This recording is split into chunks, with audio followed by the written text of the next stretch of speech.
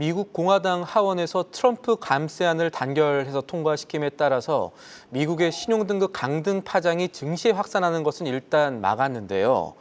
하지만 의회에서 유의미한 재정 지출 삭감에 대한 문제가 확실히 매듭지어진 것은 아닙니다. 그러니까 아직까지 지각을 변동시킬 만한 발표는 나오지 않은 가운데 이러다 트럼프 대통령이 국가 채무 안 갚으려고 하는 것 아니냐는 시각 역시 그냥 지나칠 만은 없겠습니다. 오늘은 이 문제를 알아보는 시간을 마련했는데요. 도움 말씀에 한상춘 한국경제신문 논설위원 자리에 있습니다. 안녕하십니까? 네, 안녕하십니까?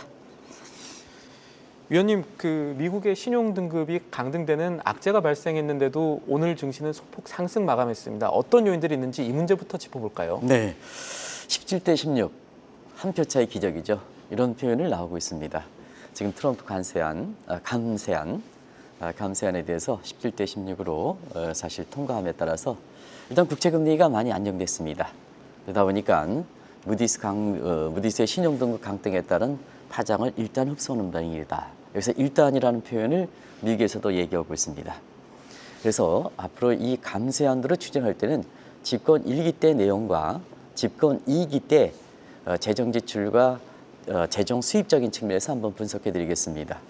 재정 적자와 국가 채무는 앞으로가 더 문제다 하는 이런 시각이 나오고 있습니다. 그리고 어제도 이제 말씀드렸습니다는 지난 주말에 무디스가의 신용등급 강등에도 불구하고 다우지수가 중심으로 많이 올라갔습니다 하는 문제도 오늘도 똑같은 현상이 발생했죠. 다우지수는 비교적 상승폭이 큰 데 비해서 나스닥 S&P는 거의 오르지 않고 있습니다. 왜 그럴까 하는 측면은 지금은 1분기 마이크로적인 측면에서 기업들의 어닝 시즌이 마무리 됨에 따라서 시장의 관심은 매크로 펀더멘탈로 옮기고 있다. 근데 2분기에는 성장률이 2% 이상 간다. 경기에 민감한 다우존스 지수가 지난 주말에서 오르는 거다 하는 것을 말씀드리겠습니다. 자, 이 무디스와의 순환, 이 표현이 지금 미국에서 나오고 있습니다. 역대 미국의 3대 평가사 중에서 피치를 빼고 2대 평가사에 이렇게 보면 민간기관이 이렇게 사실 신용등급을 평가한 데도 불구하고 트럼프 진영이 일제히 문매를 때리고 있습니다. 모든 사람이 가담해서 문매를 때리고 있습니다. 사실 이런 모습을 보고 미국의 시장 경제라든가 그동안 유지했던 전통이라든가 신뢰를 한순간에 몰아붙이는 게 아니냐. 시청자 여러분 아시겠습니다. S&P의 무디스의 평가는 사실 전통적으로 이렇게 시장에서 많은 신뢰를 받고 있습니다. 근데 트럼프 진영이 자기에 맞지 않는다는 이런 신용등급 강등으로 모든 사람이 나눠서 최대적으로 몰고 가는 풍경, 이게 내부적으로는 더 위험한 요인이 있다는 얘기입니다. 그런 것을 지금부터 한번 짚어드리겠습니다.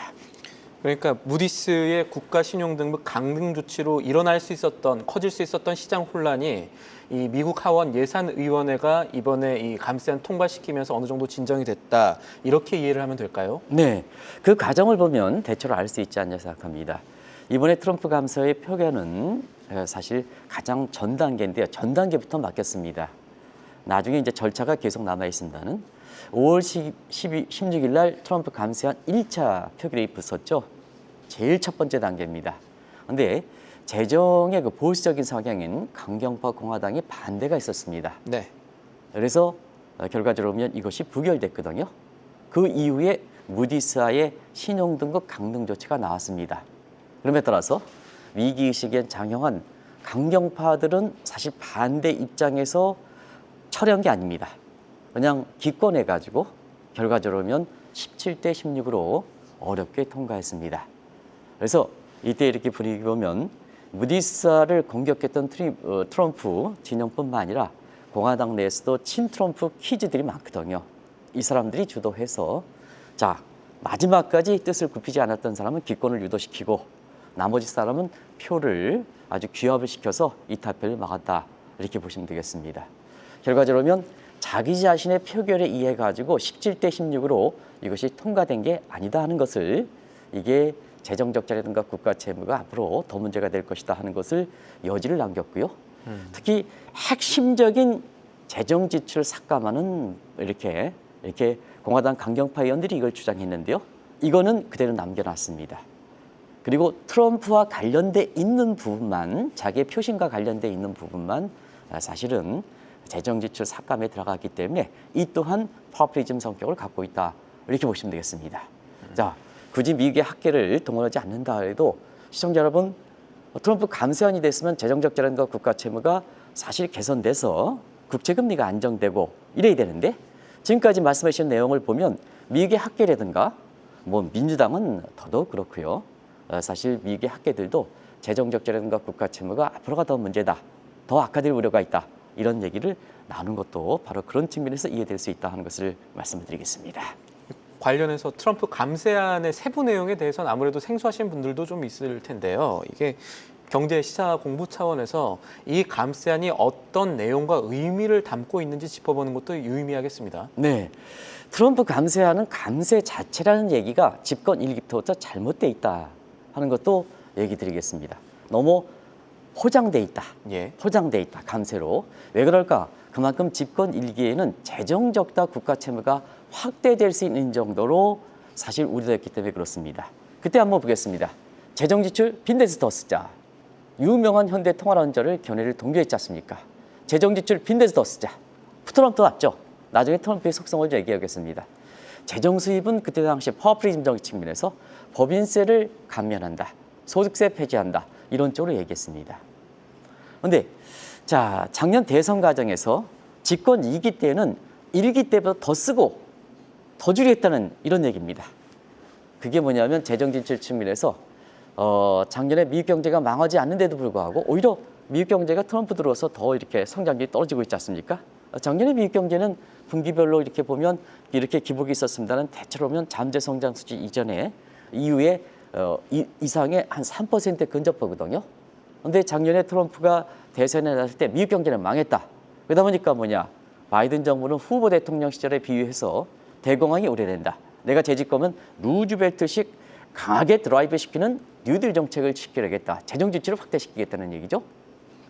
그런데 이런 상황에서 트럼프 감세안이 올해 말로 방향됩니다. 예. 그러면 감세대로 재정 적자라든가 국가 채무가 줄려면 획기적으로 특히 핵심적인 표심과 관계 핵심적인 것을 지출해야 되는데요. 삭감해야 되는데요. 그 부분은 놔두고 있다는 얘기거든요.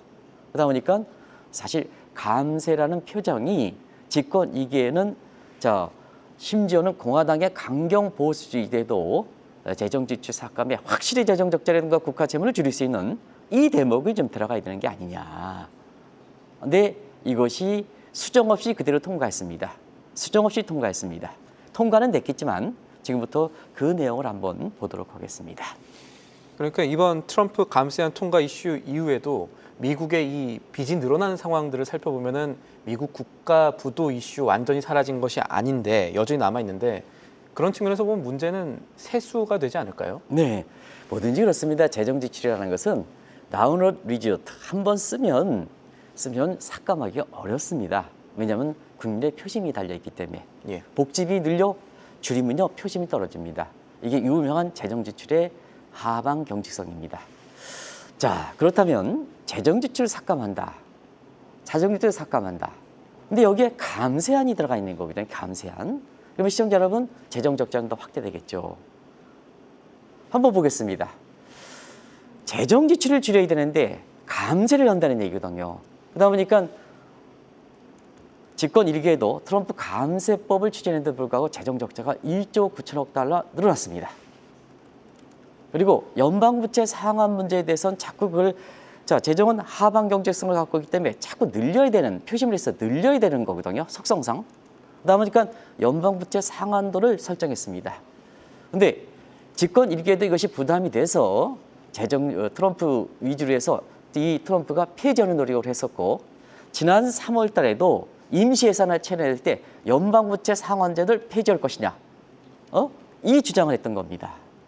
그러면 집권 2기 때 1기 때보다 더 강하게 포퓰리즘 성격을 띠고 있는 이런 재정 지출을 했을 때는 재정 감세는 1기 때 마찬가지로 소득세 전면 폐지 그 다음에 사실상 법인세 대폭 감면 이런 쪽으로 추진하거든요. 그럼 재정 지출을 줄여야 되지 않습니까? 재정 지출. 그런데 그거를 재정 감세적인 측면에서는 사실 관세를 통해서 이것을 보존하겠다. 그런데 그래서 집권 초기에 수지 와이스를 비롯해서 강하게 밀어붙였던 거거든요.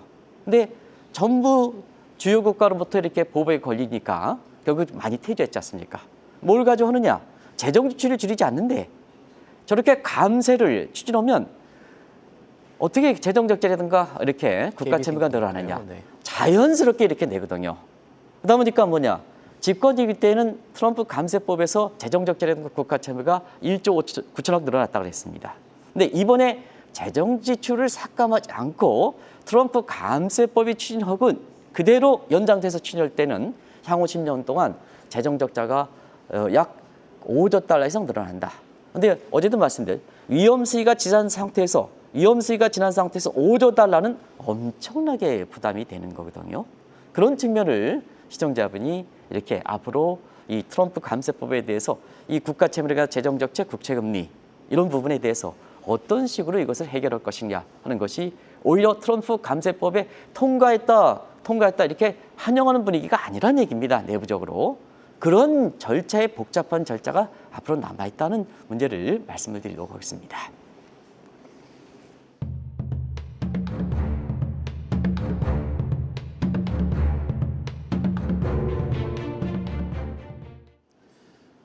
미국의 문제를 해결하기 위한 트럼프의 당초 계획은 무엇이었을까 되짚어 보자면 재정 적자와 국가 채무 이것을 관세랑 또 이 가상 자산을 통해 해결하겠다라는 의도가 있다고 생각을 해볼 수가 있지 않을까요? 네, 일단 재정 적자 국가 채무 문제는 취임 초 작년부터 이렇게 대선 과정에서 이렇게 문제가 됐었고 취임에도 이것이 최대 현안이기 때문에 아시겠습니다만 이 문제에 대해서 접근하는 방식들이 다 달랐죠. 일단 트럼프는 부동산 업자지 않습니까? 부동산 업자들은 빚내서 쓰는 거 아니겠습니까? 그래서 1990년대 트럼프가의 부동산이 상당히 어려웠을 때 그때 당시 이 위기를 더 큰 부채 관리로 해결했습니다. 빚을 빚내서 더 쓴 겁니다. 이게 현대통화론자 입장이죠. 그래서 국가부도 문제도 빚내서 더 경기를 살리면 되지 않느냐. 그래서 어제 베센트가 그런 얘기를 했습니다. 성장률보다 이자율이 높으면 괜찮다. 이게 똑같은 시각입니다. 어제 그런 얘기했죠. 자, 무디스의 신용등급 강등 문제가 됐을 때 베센트가 얘기가 뭐였습니까? 자, 앞으로 성장률이 이자율보다 높으면 괜찮지 않느냐? 무디스 당신들 뒷북 치지 마라 하는 얘기죠. 트럼프와 아주 똑같지 않습니까? 그런데 문제는 이런 상태에서 과도기적으로 부도가 증가될 수가 있죠. 부채를 더 내니까 경기 부양 효과가 될 때까지는 시간 시차가 있거든요. 그럼 과도기 상태는 어떻게 될 것이냐? 이때 들고 나왔던 것이 관세. 관세는 때리면 바로 수입이 되지 않습니까? 4월 달에도 관세가 본격화하기 되지 않았는데도 불구하고 한 42조 달러 이렇게 늘어났지 않습니까? 때리면 바로 올라가지 않습니까? 그래서 관세로 돼야 된다. 그래서 강경하게 나온 거거든요. 퇴조했습니다. 소위 제이콥 이펙트 때문에 사실 재정 적자가 더 심화되는 모습을 보이고 있습니다. 루이스의 코인 구상, 시청자 여러분 아시겠으면 그런데요. 자, 아직도 10만 달러에서 정체되고 있습니다. 취임 초에 10만 달러입니다. 지금 상황이라는 20만 달러 넘어야 것 같습니다. 근데 가치 부재, 밸류가 뭐가 있습니까?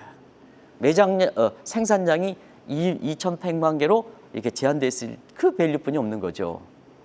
그 다음에 코인에 대해서 신뢰도가 자꾸 왜 코인에 대해서 신뢰가 떨어지냐면 트럼프가 자기 자신에 대한 달러 트럼프, 달러 벨러소니 해서 자꾸 거짓말했거든요.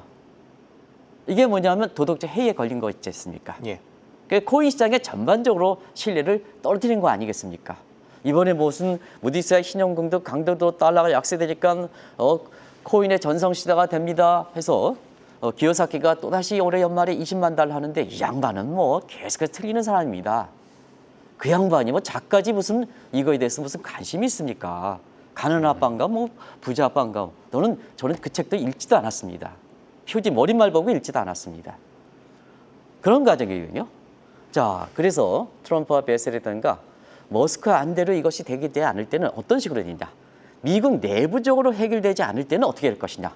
이런 상태에서 트럼프 감세안이 집권 1기에 이어서 더 이상 더 연장된다 하다 보니까 사실 이 문제를 어떻게 넘어갈 것이냐 하는 측면이 바로 이런 측면이다 하는 것을 말씀드리겠습니다. 지금 저희가 준비된 화면 자막들 보니까 붉은 글씨로 트럼프, 베선트, 머스크 안으로 국가 채무 문제가 해결되지 않으면 최후 방안 동원이라는 내용이 있었는데 이 최후 방안이 어떤 것이 될 것으로 보십니까? 내부적으로 해결되지 않으면 다른 국가에 저가하는 거죠. 예. 전가시킬 때는 두 가지가 있을 겁니다. 하나는 뭐냐면 사실은 미국에 국채 투자했던 사람이 국채를 발생시켰던 소화를 했던 사람들이거든요. 그래서 그쪽으로 전가시키는 방안이 있지 않습니까? 그게 미란 보고서의 내용들이죠.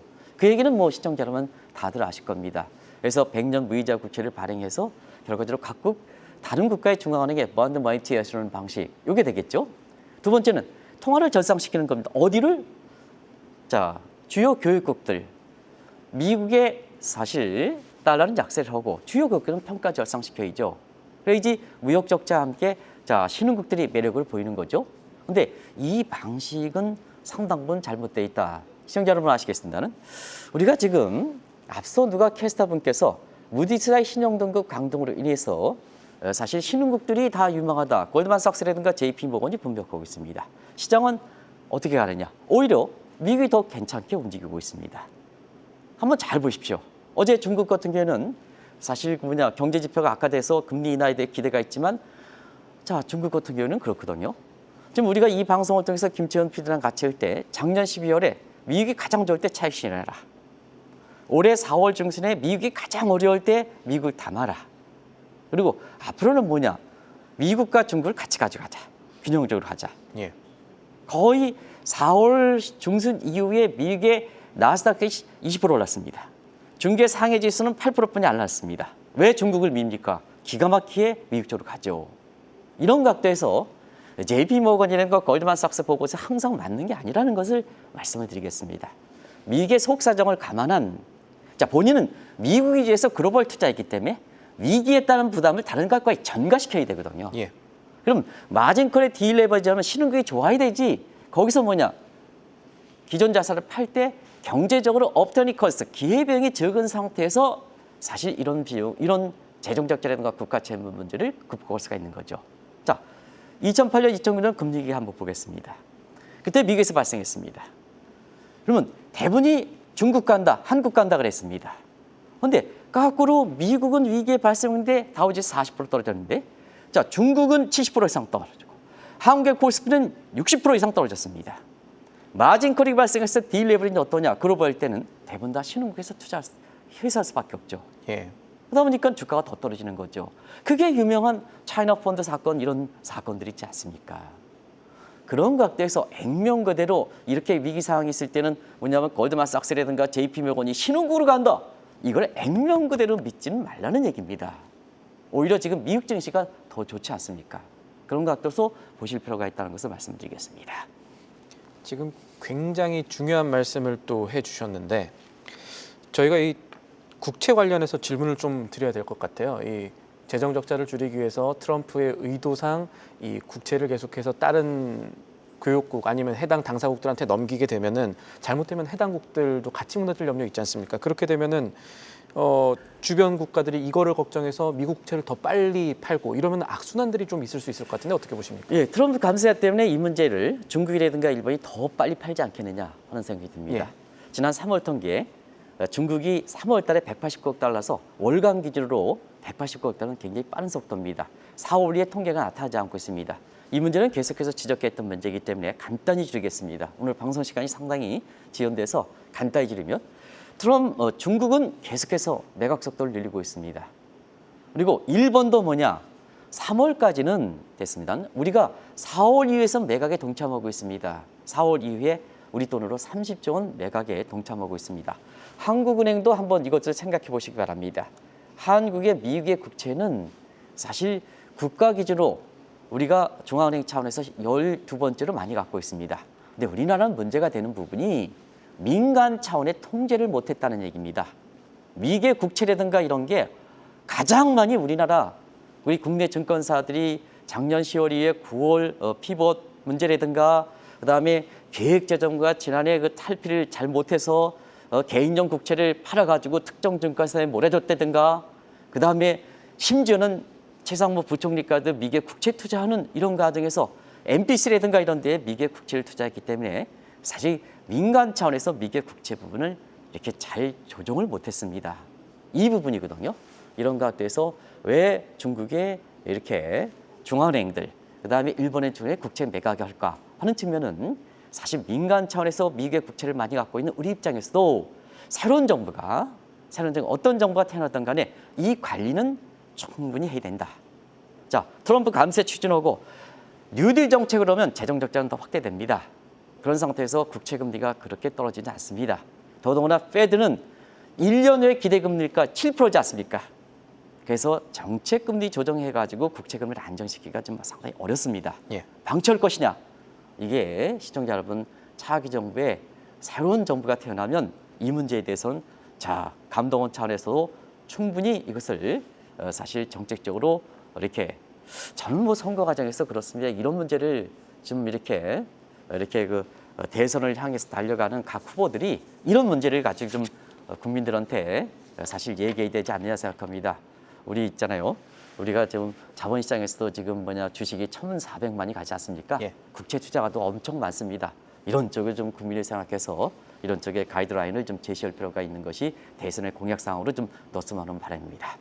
마지막 질문 하나만 드리겠습니다. 많은 분이 궁금해하실 수가 있어서 트럼프 진영이 만약에 국가 채무를 갚지 못하면 미국도 물론 지금 IMF가 자금이 넉넉한 상황은 아닙니다만 구제금융 신청할 수 있습니까? 네, 지금 미국이 대내적으로 적자라든가 국가 채무를 잡지 못한다. 그러면 대외적으로 정가시키는 것도 중국이라든가 일본이 반발해서 쉽지 않다. 그러면 어떻게 했냐? 제3으로 가는 거죠. 제3기구로. 자, 그런 측면에서 집권 1기 때는 바로 사실 그 쌍둥이 적자에서 프라자 합의 때 쌍둥이 적자 문제를 해결했던 것이 프라자입니다. 그때는 일본과 독일입니다. 근데 집권 트럼프 1기 때에도 이 문제를 상하이 미력이라든가 이런 쪽이 됐습니다. 이번에는 뭐냐? 이번에는 사실상 마로라고 합의라는 문제, 제2프라자라고 얘기했습니다. 근데 중국은 어렵다. 그런 측면에서 제3기관으로 가는 문제를 생각해 볼 수가 있겠죠. 그래서 만약에 트럼프가 지각을 변동시킬 만한 변동 조치가 아직 나오지 않았는데요. 그러면 뭐가 되겠느냐? 지각을 변동, 이 문제지 않느냐? 그럼 예를 들어서 트럼프가 미국의 빚을 갚지 못한다. 그러면 IMF 구제금융을 신청하겠죠. 미국이 IMF 구제금융을 신청할 수 있습니다. 세계에서 최대 쿼터를 갖고 있기에 골드 트랜짓, 크레딧 트랜짓이 가장 많습니다. 받을 수 있습니다. 그런데 IMF는 지금 신행권 말씀대로 재원이 고갈되어 있습니다. 같이 동반무러집니다. 그러면 이제 국제 투자에 따라서 지금 만약 100년 무이자 국채를 지금 10년짜리를 연장시키더라도 여기에 분쟁이 일어날 겁니다. 이거 어떻게 해결할 것이냐? 결국은 공적 재무는 파리 클럽으로 가는 겁니다. 민간 클럽의 국채무 재무는 런던 클럽으로 가는 겁니다. 파리 클럽으로 가는데요. 트럼프가 이게 자충수가 걸리는 거죠. 동맹 관계를 무시했으니까 파리 클럽에서 해결해야 되는데 결과적으로 보면 자충수에 걸리는 거죠. 그래서 항상 독재는 무서운 거다. 국제법, 국제 관행을 지키는 게 중요하다. 시장을 지키는 게 중요하다. 아담 스미드가 사실 트럼프를 완전히 이겼다 하는, 그래서 지금 최근에 이코노미스트인가요? 파이낸셜 타임스에서 나온 것이 화제가 되고 있습니다. 역시 시장을 무너뜨리지 못합니다. 이기는 게 없습니다. 아담 스미드가 파이낸셜 타임스인가요? 제가 정확히 모르겠습니다. 이코노미스트. 아담 스미드가 트럼프를 이겼다. 마지막으로 제가 말씀드리겠습니다. 알겠습니다. 미국 대통령도 시장을 못 이긴다. 중요한 말씀이었는데 오늘 말씀은 여기까지 듣겠습니다. 지금까지 도움 말씀의 한상춘 한국경제신문 논설위원이었습니다. 오늘 말씀 감사합니다. 네, 고맙습니다. 계속해서 다양한 경제 이슈를 알고 싶다면 구독과 좋아요, 알림 설정 부탁드립니다. AI 캐스터 권미정이었습니다.